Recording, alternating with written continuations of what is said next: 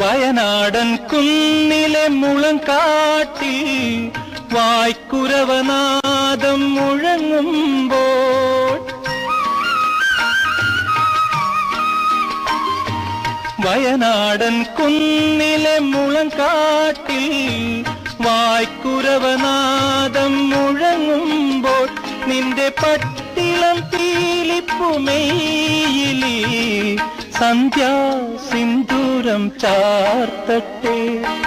മനസ്സു ചോദിക്കാതെ മധുരം നേദിക്കാതെ മനസ്വിനി നിന്നെ ഞാൻ പുണരട്ടെ പുണരട്ടെ. യെരൂശലേമിന്റെ നന്ദിനി യഹോവ സൃഷ്ടിച്ച സുന്ദരി.